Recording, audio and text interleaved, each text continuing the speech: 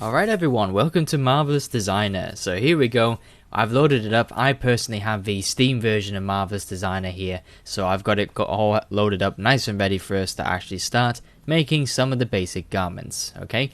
Now, first of all, we've got a problem already. We've got this fine gentleman standing here, and whilst he is a good representation of what Marvelous Designer can do, he hasn't quite got the anatomy for what we need. So we're going to go ahead and import that base mesh that we've just finished editing in ZBrush into Marvelous Designer. Okay, so what I'm going to do is I'm going to go to File, New, and then Marvelous Designer gives us a new project and puts this gentleman in his briefs, but it doesn't get rid of a gentleman, so we're going to have to get rid of him.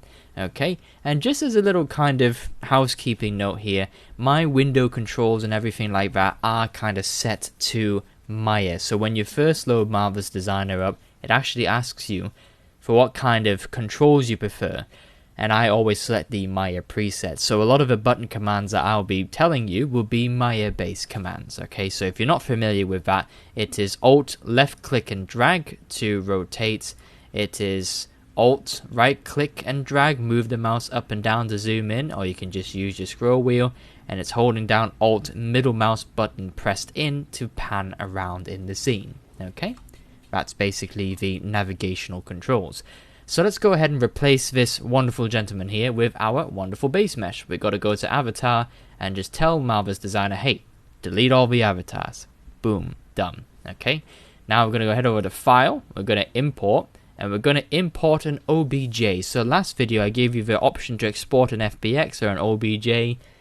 I've always had the best success with OBJs, but it probably will depend upon the version of Marvelous Designer you have. This is version 9.5, the last one that came on Steam, and OBJs always work fine for me, so that's what I'm going to use. And then you can see there, oh, wonderful, thank you File Explorer, you've gone ahead and directed me to the correct path, so there we go. I saved it as female base mesh underscore MD, about 10 megabytes big. And we're just going to check some of the settings here because they are actually quite important. If you don't check the right settings, it can load in with an error. It might load in halfway. Actually, I'll show you, for example. I'll kind of go ahead and show you what may happen. So if I uncheck some of these and just press OK, it could flag up one of several errors. So this is the first error you could get. Arrangement points were not fitted to the avatar because the avatar must be in a T pose or an A pose. Now, Silly Billy Marvelous Designer does not recognize what's happened here. It does not recognize the fact that our titchy tiny little avatar here, where is she, is actually in an A pose.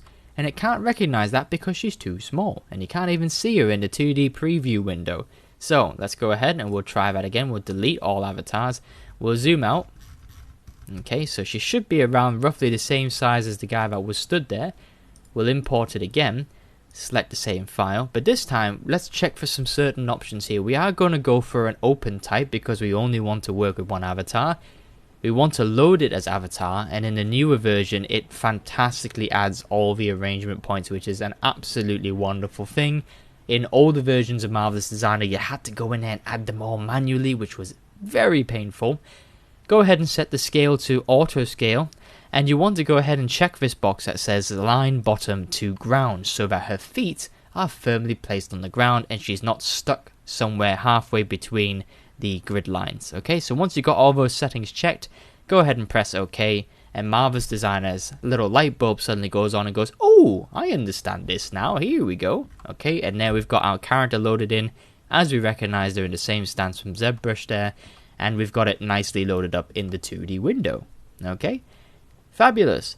So, what's next? Essentially, what we're going to do first, let's click on the avatar. Let's just do a little bit check for, we're going to go to Avatar Editor, and we're just going to check the arrangement points here. So just make sure, it's always nice to do this, but chances are it works out perfectly fine.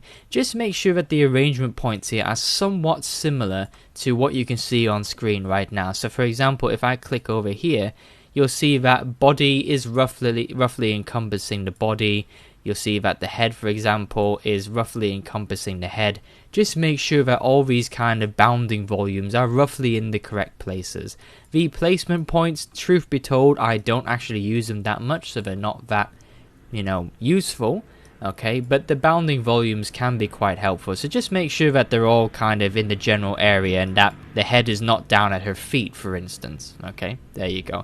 So let's close that out, that's all fine. Okay, now let's go ahead and start making the garments. So what I'm actually going to do is, I've actually gone ahead and spent a bit of time looking on Pinterest for some sewing patterns. If you don't know what sewing patterns are, these are what they are. Okay, so you can see here that the sewing patterns are actually just basically kind of like if you've ever done mathematical nets in secondary school, it's that basically. It's the garment laid out into pieces that you would cut and stitch together in real life. So you can find a lot of these from garment books and fabric and textile books and stuff like that. So you can find a lot of these on Pinterest. And I've got a few here. You can see that I've got, well, the trouser pattern. Okay, so you can see that this is generic trousers, and of course our trousers are slightly different. It's got a bit more of a fantasy element to it, but right now we're just kind of concerned with getting the basic shape and size. Okay, so that will do us just nicely. I've got a few different kind of vest patterns here, so I've got this one, I've got that one, and I've got that one.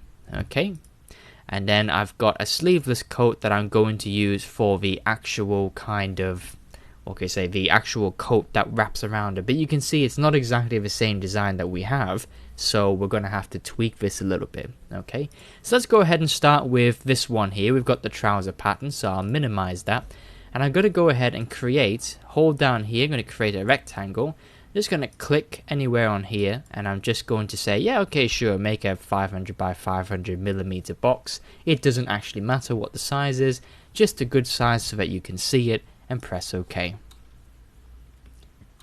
Give Marvelous Designer a bit of time to think, and there we go. So what happens there, as soon as you've done that, if you're new to Marvelous Designer or still not sure, whatever you draw in this window gets represented in 3D space on this window. Okay, so now that we've got our square here, notice if we move this around, it doesn't actually affect where this is. Same as if we move this around here, it doesn't affect where it is on the 2D window. Okay, so that's a nice little feature. You might think that's a bit strange, but actually it's very helpful.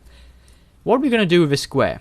So let's click on the square and we're going to go over to fabric. Okay, let's go ahead and we'll rename this. We'll rename this to trouser pattern. Okay, because we're going to actually load that trouser pattern I showed you earlier in as a texture. How do we do that? Make sure you've got the trouser pattern selected, and you're going to look down here in your sidebar, expand the texture window. Well, actually you can just click on the little 4 squares there and it will load up another Windows Explorer. Now what you're going to do is you're going to go ahead and navigate, and I've got mine saved here. Okay, now you can find a lot of these on the internet. Okay, this you know you don't have to use these. There are plenty of them out there, especially if you want, you know, you might find even better ones than the ones I've got here. And I'm going to select the trouser pattern one. Press OK. And the nice thing about Marvelous Designer is it doesn't change the size of the picture, you know, the ratio of the picture to match this kind of 1:1 box ratio that we've got. It just dumps it in there and tiles it as much as we want. Now this is a little bit small, wouldn't you agree? So let's click on that, and we're going to use this tool over here, Edit Texture. And when we click on Edit Texture, you can see we've got this little gizmo up here in the corner. And if we click and drag on this part here, we just select it in the middle first, we'll click and drag there, it's going to uniformly scale it, so it's a little bit bigger, and then now we can move this little section here to kind of center in on the core element of what we're after, which is just this. We're just after a single pant leg. Okay, once you're happy with that arrangement, go ahead and use the standard transform pattern tool to accept your changes. And now we've got to bring it down here, and let's resize it so that it's a little bit more to the scale of what we want. Okay, you can see once we've done that, we're going to have to resize it again, something like that. There we go. Okay, don't worry if it's too big or too small, we can absolutely change it once we've drawn it. And now we've covered the poor girl with the 2D pattern we've just thrown in there. Don't worry, she's looking at a billboard, it's interesting enough for her. So let's go ahead now and we'll create a new kind of polygon shape, because we're actually going to draw this a little bit kind of like we would in a pen tool if you've ever used any kind of vector-based software.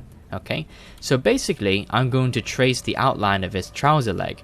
So I'm going to go up here, click once, and I'm going to go there, click once, click again, and I'll go up there, click again, and then I will double click back at my first point to finish off the pattern. Give Marvelous Designer time to think, and you've got your first kind of pant leg. Now you might be saying to yourself, well, that's incredibly boxy, and you're absolutely right, it is. Okay, and also what it's got is it's got that same kind of pant texture applied to it as well, so it's very difficult to see. We need to go ahead and add a new material, so let's go and add a new material, and let's call this trousers.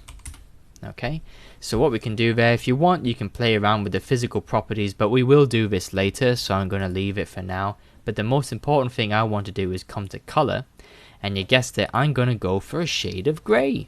Okay, and I'm actually just going to reduce the opacity to something like 60, and then I'm going to drag this new material onto the pattern we've just done, and there we go. Okay, so you can see by reducing the opacity from 100, we can actually see the kind of design underneath that we've got there. So now what we can do is we can use the various other tools to start tweaking this kind of pant leg. So what I like to do straight away is click and hold on this edit pattern tool and go to edit curvature. And I'm going to try my best using this tool to match the curves we see in this trouser leg. So I'm going to start over here first. You can select any edge that's between 2 points. So I'm going to go ahead and do that there. And again, you're not going to get an exact replica. Okay, we can tweak that a little bit later, but just do your best now, just using this tool here, to try and match the pattern as best as you can. And then there, you can see we're a little bit over there, and then here, we can just bring that down a little bit like that. Okay, you don't have to be too meticulous about this. If I'm very meticulous about this kind of pattern making at this stage, I always end up finding that I usually tweak things later on anyway, because even though it looks immaculate here as we're making it, when it fits on our character, there's always a couple of things we'd like to change. So don't worry too much if this isn't like a one-to-one exact carbon copy. Okay, let's go ahead now, and we're going to go to edit curve point, and so we can actually click on these points here now, and then we can move some of these handles to kind of fine tweak it a little bit more. Okay, there we go. You can see it's actually trying to snap. And then we'll just bring that in to fit there a little bit more, and then we'll just bring this down. So it's a little bit of a back and forth battle of attrition between the points. Okay, now the thing is here, you might be thinking, well, why don't I just add more points? Why don't I add a point here and a point there so I can get finer control? That's absolutely fine, you can do that, but just bear in mind, the more points you add, the more edges you'll have to stitch together. And now that might not mean anything to you yet, if you're quite new to Marvelous Designer, but just bear with me a minute when we get to the next stage and you'll see exactly what I mean. Okay, so are you feeling lazy? I'm feeling lazy. You've guessed it, I'm going to go ahead, I'm going to click this one, I'm going to Control C and Control V. And the nice thing about Marvelous Designer is before you press your mouse button, you can actually arrange this kind of in line, it's floating here, with another pattern. So I'm going to hold down Shift to constrain it to this horizontal plane. I'm going to put it over this pattern here and just press left click. Give Marvelous Designer time to think. And there we go. Okay, so you can see there's a copy of what we've just done there. But of course, we're going to have to change this new shape now to match the trouser leg here, the back part. Okay, now bear in mind, this is just for one pant leg. We haven't even done the other leg, but through the magical ability of copy and paste, we're instantly going to be able to end up with 2 pant legs very soon. So let's go ahead, we'll go back to our standard edit pattern tool, and now we're just going to remove these points, and you can see the curves are trying to adapt to their new positions. Okay, we're just going to move these points so that we can get a more closer representation of the rear part of the trouser leg, and you guessed it, we're going to have to come in now and use the other tool, edit curve point, to try and bring these into a bit more of alignment with the actual pattern we're trying to copy. So let's go here and we'll bring in that handle. There we go, and then we'll edit this handle down here, something like that. There we go. And we'll push this guy in a bit, and we'll bring this guy out a bit. There we go. And let's check him up here. We'll bring him in. Encourage him to dive deeper into the trouser leg. And then encourage this guy to come out a little bit. And presto! There you go. Okay. We've actually got... Oh, hang on. Aha. There we go. That's a bit better. Okay, right. So, there we go, guys. We've got the front part of the trouser leg and the back part of the trouser leg. So what are we going to do? Well, first of all, we need to remove this billboard from this poor girl's face. Now, I don't know about you guys, but have you noticed something annoying about this gizmo? Yes, it's constrained to the window. What I mean by that is, no matter where I rotate my camera, this axis, this kind of gizmo axis, is locked to my screen. What happens if I want to move it exactly, X in this direction? It's going to be very difficult. I'm going to have to make sure my camera is placed exactly along that plane. That's super annoying. So what I'm going to do is I'm going to go to Preferences, Gizmo, and instead of screen-based coordinates, I'm going to go to world coordinates. Now you could use local coordinate, that's fine too, but I always prefer to be absolute and use world coordinates. So with world coordinates turned on, I'm going to push that over there, and we don't need this to be simulated, so to stop it from being simulated, I'm going to right click and I'm going to say you are freezed, like that. Okay, and it turns green, doesn't matter, we don't need to see it anyway in 3D space, it's still active here in our 2D space. Now, let's go ahead and move our trouser patterns into position. Okay, so we're going to use 3D space, and you can see the gizmo being locked to the world coordinates now is simply much more handy. We'll move them over there, and of course this trouser leg now has got to be rotated roughly 180 degrees, and we'll put that back around here. Now you can see there's a bit of a problem here. I've rotated it 180 degrees, but that's not quite right. That doesn't work because that point there is the middle point. So let's undo that with Control Z. And what we're going to do is we're just going to move him to the back. But if you know anything about polygon faces, there's a bit of a problem because now we've got the outer faces facing inwards. So if you'd imagine if backface culling was turned on, it would be invisible from this side because the polygons are actually facing out this way, which happens to be the inner part of the garment. So we're going to have to right click, and we're going to have to do, where is it? It is, I believe it's flip horizontally, is it not? Yes, there we go. So with it flipped horizontally now, you can say, well, that's on the wrong side. You basically got the same thing. What's that going to do? Aha, have a look at this. We're going to go back to our 2D window. We're going to do Control C, but instead of Control V, we're going to do Control R. And what has that done? That has flipped the garment we selected round, and you can see we've still got that there waiting for us to place it somewhere. Let's place it there and wait for the 3D window to update. And where is it? It's over here. Okay, so now we've got a correct facing back trouser leg. Okay, so that one will be matched to this one here. Let's go ahead and create the other side of the front facing part of the trouser leg. Select the front part, Control C, Control R, and there you go. There's the other part. Place that there, and there you have it. Okay, so we've got both trouser legs now, the fronts and the backs. We can go ahead into our material now and whack the opacity up so we can see exactly what's happening. And now let's just arrange these so that they start to make a bit more sense. So let's throw the pattern over here. We don't need it anymore. So this is her right leg front part of the trousers, so we'll put that over there into position. This is the left leg, we'll put that over here into position. Now don't worry, they don't have to line up exactly where they are. And this one here can be, that is the other side. So we'll bring that over there, and that is this side. Okay, so the left leg, there's the patterns there. The right leg, there's the patterns there. Okay, it's just to make a bit more sense there as well. Okay, now another thing that's handy, if we want whatever we change about this one to affect this one here, just so that we're not repeating the operations all the time. So let's say we change something on this one, we want it automatically reflected on the other one. We can select both of them, right click, and we can go to symmetric pattern. Okay, so apply linked editing, not this one, clone pattern with linked editing. We want apply linked editing with symmetric pattern. Okay, so for example, you don't have to do this, but if I move this point now, you can see it's actually moving the point of the other trouser leg as well. Okay, and that's generally what you want. Okay, you want to have these kind of very much be a pair, and I will do the same for these two as well. Right click, apply linked editing, symmetric pattern. Fantastic. Okay, so what we could do here, we've got a couple of things. We could go to our avatar here and we could click show arrangement points, and you could click on this and you could just basically tell it, hey, wrap there.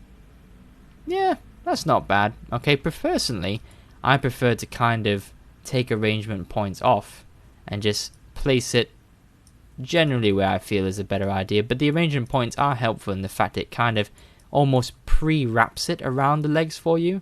Now, a good little tip from me to you here is place the garments a little bit higher than you would naturally. Okay, so let's go ahead and we'll use the arrangement points again, and we'll select the back trouser legs and we'll put them there. Okay, and then now we'll turn them off, just adjust them a little bit. We'll rotate them back out, bring them up a little bit.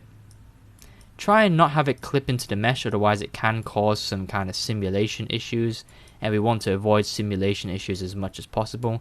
Also try and keep them somewhat separated from one another so that they don't clip with one another and cause additional simulation issues. Okay. Oops. Right. Let's bring that back into space. There we go. So now stitching. Nearly there, guys. Okay. We have to stitch all these together. So if I'm going to go ahead and do that, I'm going to click on segment sewing. So basically, if I just simulate now, they're just going to fall to the floor. Now, I'm not really a garment maker in real life, but if your garment, that happens to your garment, something's wrong.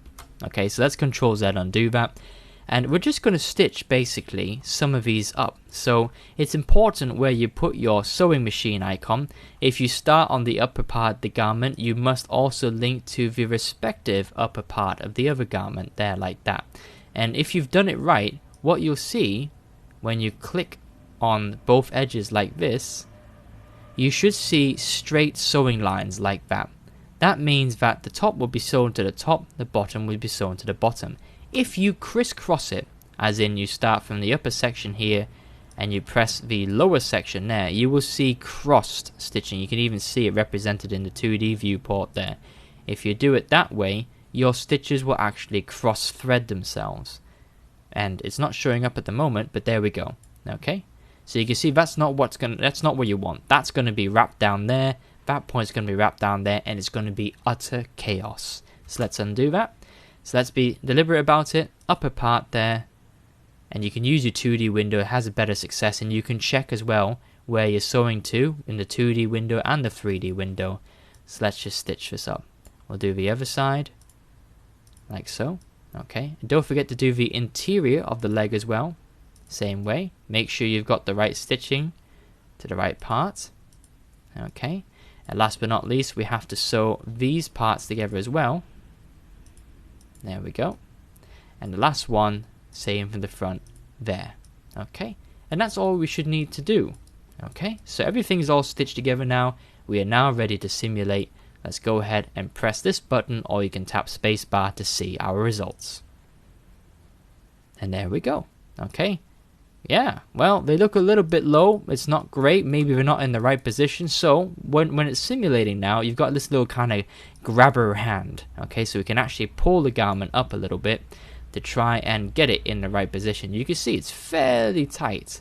So we can tweak this shape a little bit later on so that it fits our kind of avatar a little bit better. Okay, but for better or worse, we now have our first basic garment created, which are the trousers. Okay. And that's how you go about creating basic garments in Marvelous Designer. So in the next video, what we'll do is we'll go ahead and we'll tweak the trousers some more a little bit to kind of get the exact results that we're looking for.